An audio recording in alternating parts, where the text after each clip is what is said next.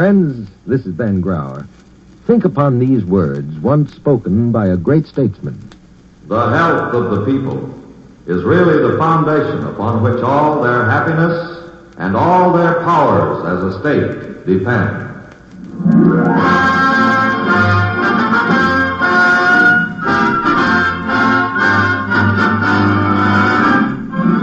Living 1951, in cooperation with the Health Information Foundation, presents All Their Powers, true transcribed stories in which your fellow Americans, in their own recorded voices, tell you how they are solving their health problems through community action, thus helping today to keep our nation strong. We call our first program in this new series of drama documents, They Bid for Health.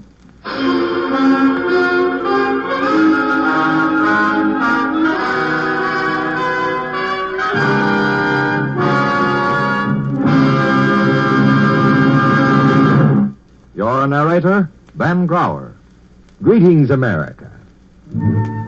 This is an inspiring story for a nation in time of crisis. For if ever we needed all our powers, now is that time. Our story is about the people, only 13,000 people, in one community in North Carolina, in Alexander County, in the shadow of the Brushy Mountains. Their story is the first in a series of 5 which the Health Information Foundation and Living 1951 will document for you from our nationwide search for community action.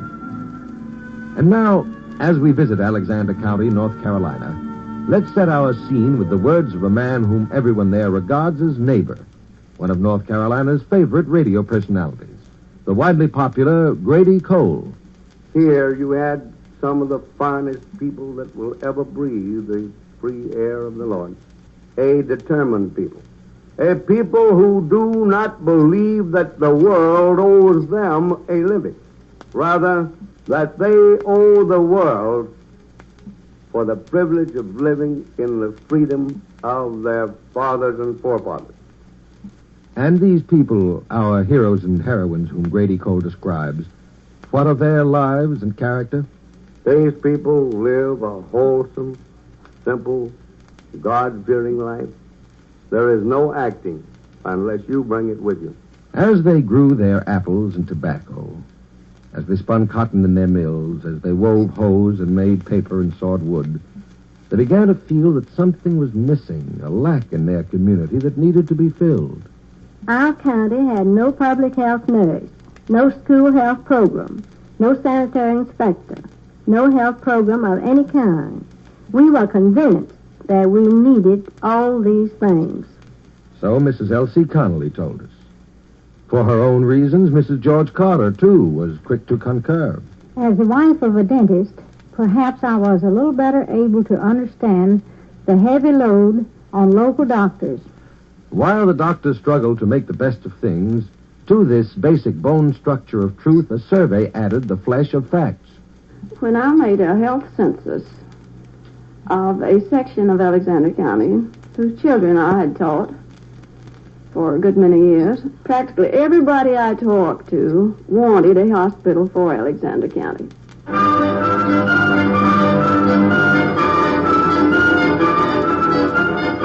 A hospital to answer all the needs the survey exposed. To this community without one, it was like planting a standard around which to rally. As a doctor, I could see a great need for a hospital in our community. So spoke one of Alexander County's few doctors, Roy Tatum, M.D. But listen to the patients, people like Ray White, who as a father speaks out of his own experience. Several years ago, my son had an acute attack of appendicitis. We were 20 miles from a hospital. It was an emergency. Now hear what the absence of a hospital nearby meant. We started the hospital and found the road blocked. We had to take a detour and travel over 40 miles. We arrived at the hospital just about 20 minutes before his appendix would have bursted. Comparatively, for all their distress, the Ray Whites were lucky. Because Mrs. Mary Dula told us about some others. We had a number of colored people in this county to die from childbirth from the lack of accommodation.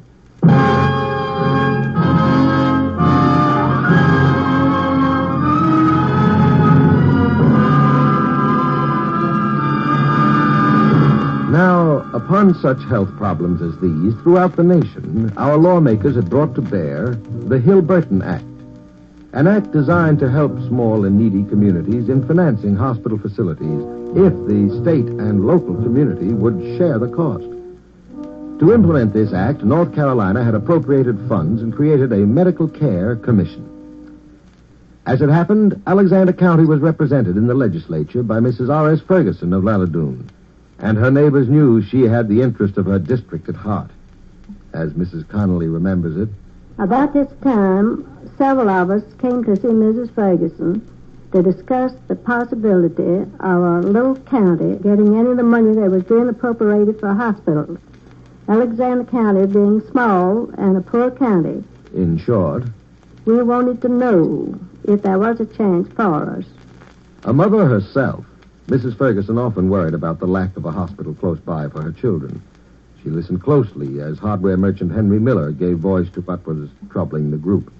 Mrs. Ferguson, we are down here to find out where a small county like ours will fit into the picture and what possibilities we might have of being benefited. Mrs. Ferguson didn't have to ponder her reply. Harry, you know we wouldn't possibly work for anything that wouldn't be fair. And we must watch out for the little counties. We have a good chance of getting just what we want and need out of this program. But then Mrs. Ferguson wisely put her finger on the heart of any truly democratic enterprise. Of course, we must do our share first.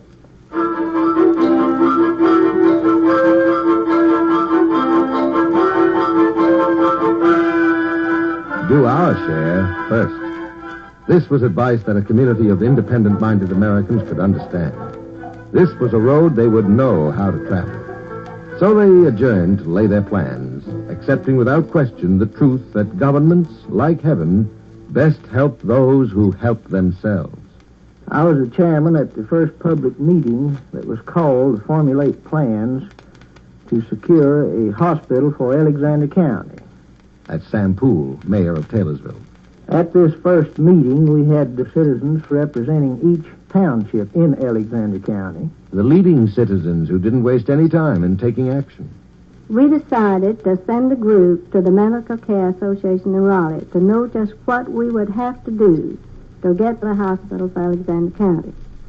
Raleigh, the Medical Care Commission, tells the delegation that it has given Alexander County, because of its need, a priority for a 20-bed hospital. But that if Alexander County wants its hospital, it must itself raise 20% of the cost, plus the cost of the land. Fired by the hope and the challenge, they elect a 21-member committee to raise funds, choosing for the important office of secretary Attorney Ray Jennings, whose qualifications included at least one which was unique. I suppose the reason that I was selected as secretary because I had a stenographer who could type a letter on a typewriter. Thus armed, We decided to go ahead and raise our portion of the amount. Our committee met and divided the county into districts. the goal was $40,000. And out on a house-to-house canvass to reach it went dedicated people. People like cookie salesman Elbert Bowman. I rang an awful lot of doorbells in this fundraising campaign, and I found that the folks were willing to give. I found people more responsive to this call than any I had ever canvassed for.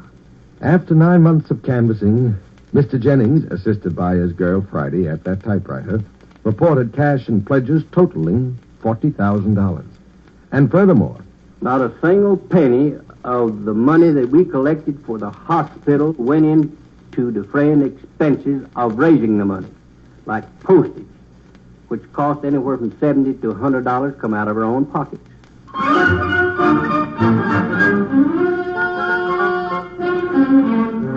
with this evidence of their success, spirits in Alexander County rose high. For, as Elbert Bowman recalls it, Well, once we got that $40,000, we knew that we were on our way. they thought they were on their way. They organized a hospital association with everyone who pledged $15 or more eligible for membership. They appointed a board of directors. But then, Then, boy, did we run into trouble. R.S. Ferguson, engineer and architect, whose wife was the state legislator whose help they'd sought earlier, and who had a Scotsman's talent for money matters, whose respected name is synonymous with the rolling hills, the mills, and lumberyard of Lalladoon. R.S. Ferguson, in thrashing through the thick woods of hospital finance, had flushed some hard and startling facts. In his typically quiet manner, he told them about it. We do have enough money on hand to build a building, but we must have enough money to equip, furnish, start up, guarantee an operation which the Medical Care Commission requires before we get their go-ahead. In short, as Mr. Ferguson pointed out, $40,000 wasn't enough. They needed $17,000 more. There was no disposition to doubt his advice when he constructively suggested, I think a health council will help us finish the job.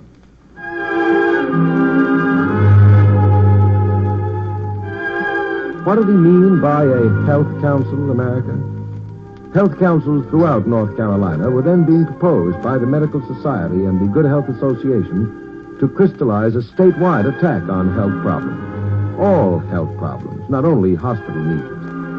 Alexander County, seeing at once the sense of this, then and there determined to become the first demonstration county in the state. Maybe this, they decided, is the path to take to the hospital. But a health council requires membership. Membership means people. Look here, folks, we must get more people interested in this thing, otherwise we'll not put it across. Yes, more people. As Dr. Tatum shrewdly pointed out, more minds and hands and hearts at work. Not just a few leaders, no matter how inspired, working by themselves.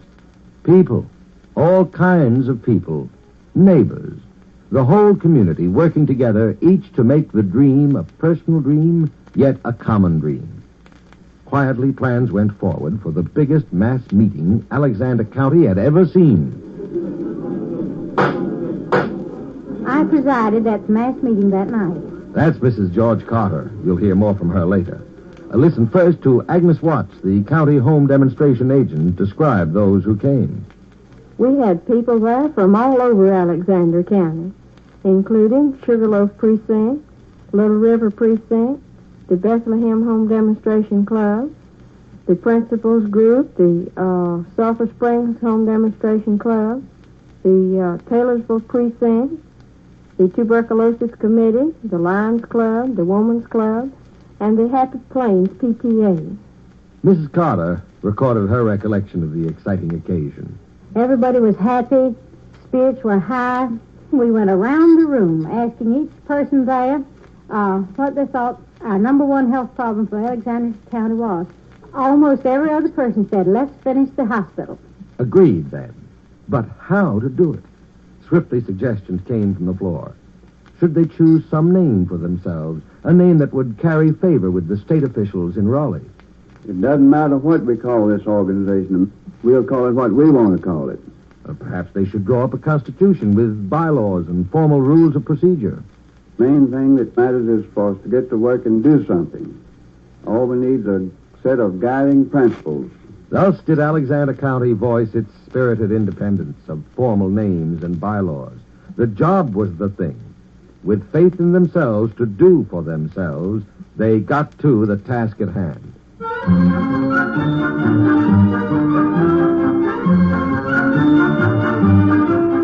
In place of a few, now the whole population set out to get that hospital. And every single one seemed bent on proving the truth of these words of Chairman Carter. We certainly learned that night that people get a kick out of working together. Yes, everybody pitched in. When Ed Crouch, who runs one of Taylorsville's theaters, was approached by Mr. Ferguson for a $200 donation, his answer, as he recalled it for us, I told him that I thought I could raise more money by giving a benefit movie. Did they?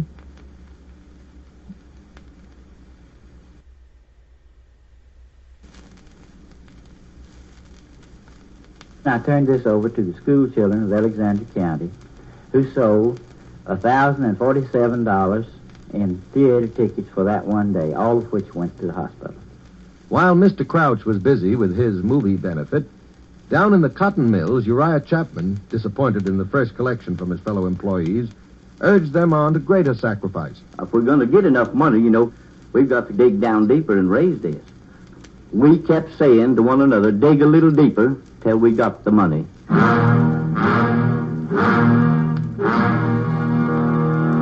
Each member of the Woman's Club took $1 of her own money and tried to make it grow.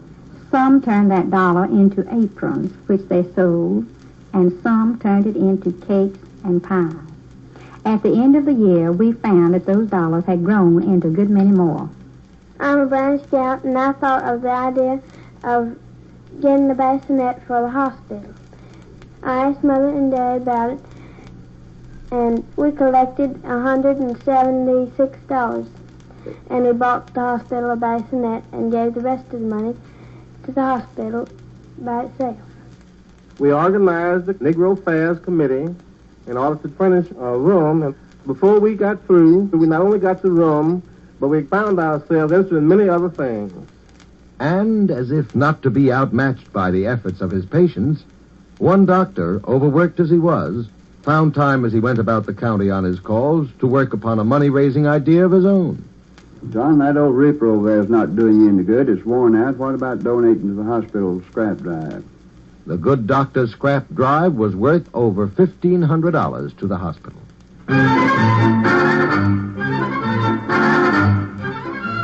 But while all these separate efforts were helpful, the big idea and climax of the hospital drive was yet to come. For the idea's origin, we have to go back to the boyhood memories of fertilizer salesman Big Ed DeJohnette. When I was 6 years old, I started traveling and going around to auctions with the music and the band. Well, I found that I would come home with a rocking chair or cane or Bible or some article. No, ever since he was 6, Ed DeJohnette could never resist an auction. It was something about an auction that you just naturally wanted to get in there and take a part in it. So when they were mulling over there in Alexander County how to raise the money they needed to build their hospital, naturally I thought of an auction sale. Ed DeJohnette suggested it. An auction. Whom to get for auctioneer? Why not Grady Cole? Grady Cole, friend of many a radio listener in the Tar Heel State, a man whose interest in good causes was well known.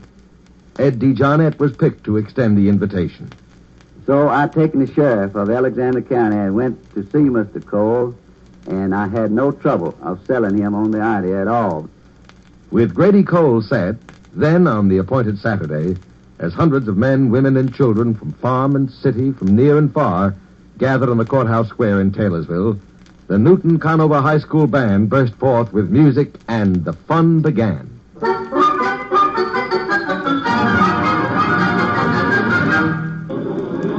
Who will start the bidding on this spinning wheel? Can I hear a bid? $3 a gentleman bids on a beautiful spinning wheel like that, and actually $5 the lady over here bids for $5, going up for $6 a gentleman bids over here. Can I get... At the home demonstration office, we were literally swamped with items that our people from all over the county were bringing in. I remember one lovely crochet bedspread. On the courthouse lawn, we had pigs, we had ducks, all kind of animals. I remember a pair of rabbits. The Little River women and made quilts. $2, gentlemen, get back over here and get a bid. All the stores we have in the community, they all pitched in and gave some article that they had for sale in the community store. A screen door, furniture, sugar, lard, fatback, a box of thread, a package of needles, spools of yarn. The first bid on the white-faced Herbert cow over here. Who's making it? The gentleman back there? We are a farm family. We gave feed bags, cakes, chickens, pies, and canned fruit. A lot of these people who didn't have money, they were willing to give anything they had. Chickens, corn, and potatoes. I went out to collect this stuff.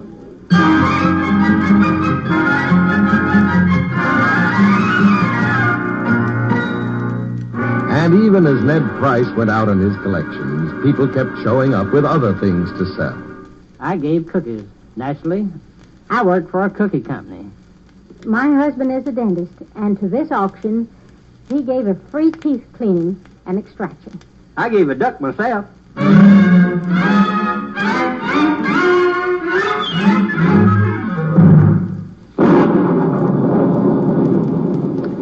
As the sun went down, the weather turned bad. But still the crowd would let nothing dampen their spirits. They leave the square and continue the auction inside the courthouse itself. The bidding still brisk. Now with auctioneer Yount spelling for a while the almost indefatigable Grady Cole. All right, sir, now here's a nice calf, and the man says it's purebred. What'll you give him for it one time? $100 bill. $100 bill would give $500, would give $105. As the bidding went on, J.C. Fortner, renowned throughout the county for his apples, sold a bushel at the barber shop, only to be told to take them to the auction and sell them again. Over and over the apples sold, each successful bidder turning them back to be sold once more. 150, 150. All right, sir, so to Scott Stamey, 105. As he recalls the final result, when they quit that bushel of apples, they had $583. Cub Watts, not to be outdone by his friend Fortner, put a Bible up for auction. I wanted the Bible to bring more than J.C. Fortner's bushel of apples. The Bible sold over and over again until we got, my recollection was $629.95. And thus, a huge success. On into the small hours of the morning went Alexander County's auction. I just want you to bear in mind, if you will, that this money is going to build the Alexander Hospital, something we need very, very badly.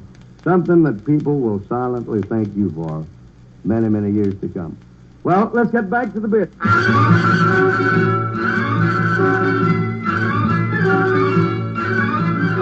And so we come to the Victory Barbecue, the big event designed to celebrate the final culmination of their hospital campaign and the surprise that lay in wait for them. In the words of Mr. Ferguson, I'll never forget that Victory Barbecue. That was an experience that will live as long as I live. Let's start near the beginning of that barbecue. After the plans were made and the highway crews, under the leadership of Earl Current, went out to the grounds around the car barn where the barbecue was to be held to start things. I believe we had 7 pits.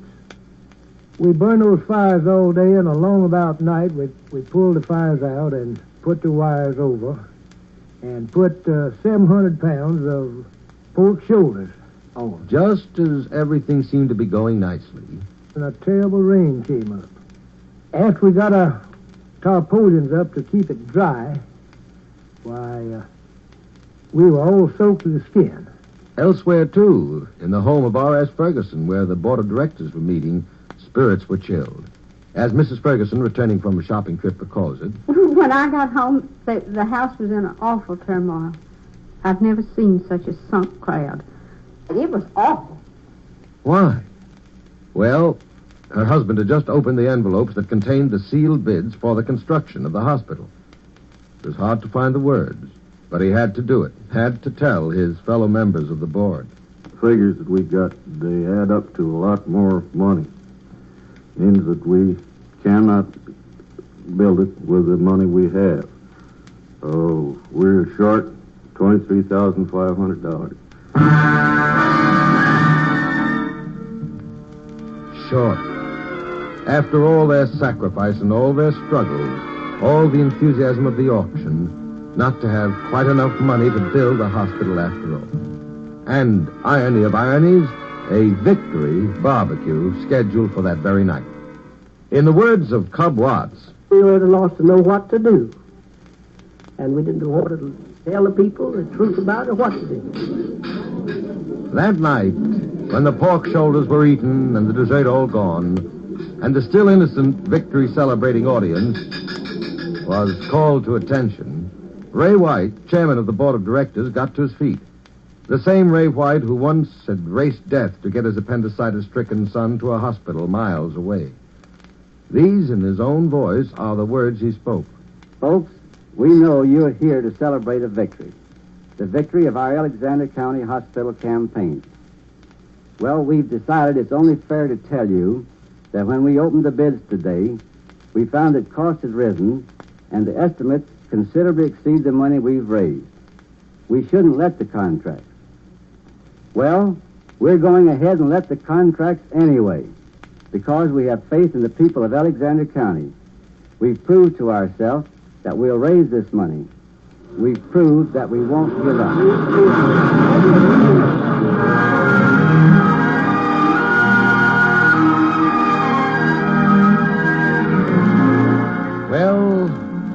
There's a hospital in Alexander County today, a functioning monument to the spirit of the people who live in the shadow of the Brushy Mountains, a testament in brick and stone, in X-ray machine and operating room, of what democratic people can do together to solve their community health problems when they just won't give up.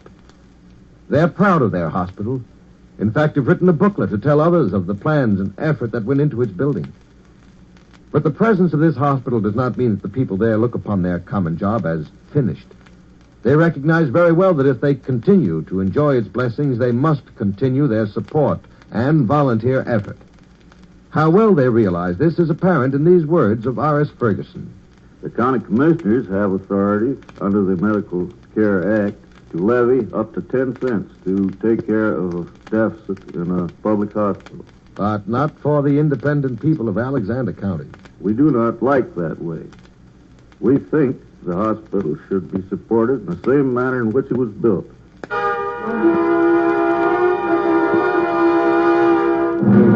And so they do support it the very way they built it. The home demonstration women, for example, have never stopped working. Early in the spring, we put out 36 azaleas at the hospital, which are growing very beautifully now and are blooming. Each month, one club in the county brings produce of some sort to the hospital, either fresh fruits, vegetables, eggs, cakes, or some other type, perhaps flowers. We also furnished the reception room at the hospital. And finally, what better summation of the spirit behind the hospital than these 17 words of Mrs. Motzinger? We expect to be working for the hospital as long as there is any need for work. Or these 8 words of old Tom Morrison. And they had put their hands in God's hands.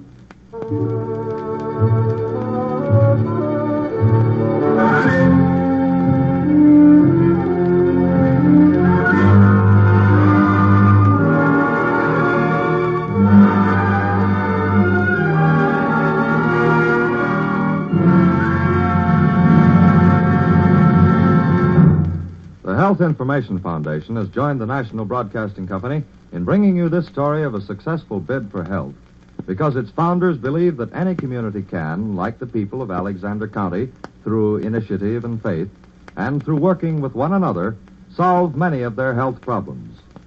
The Health Information Foundation was established by the leaders of the drug, pharmaceutical, and allied industries to gather facts and distribute information to people who will use it to win a healthier future for themselves, their families, and their neighbors. Next week, Living 1951 and the Health Information Foundation bring you a drama document entitled Good Health, Good Box Office, a story of community action for better health in Atlanta, Georgia.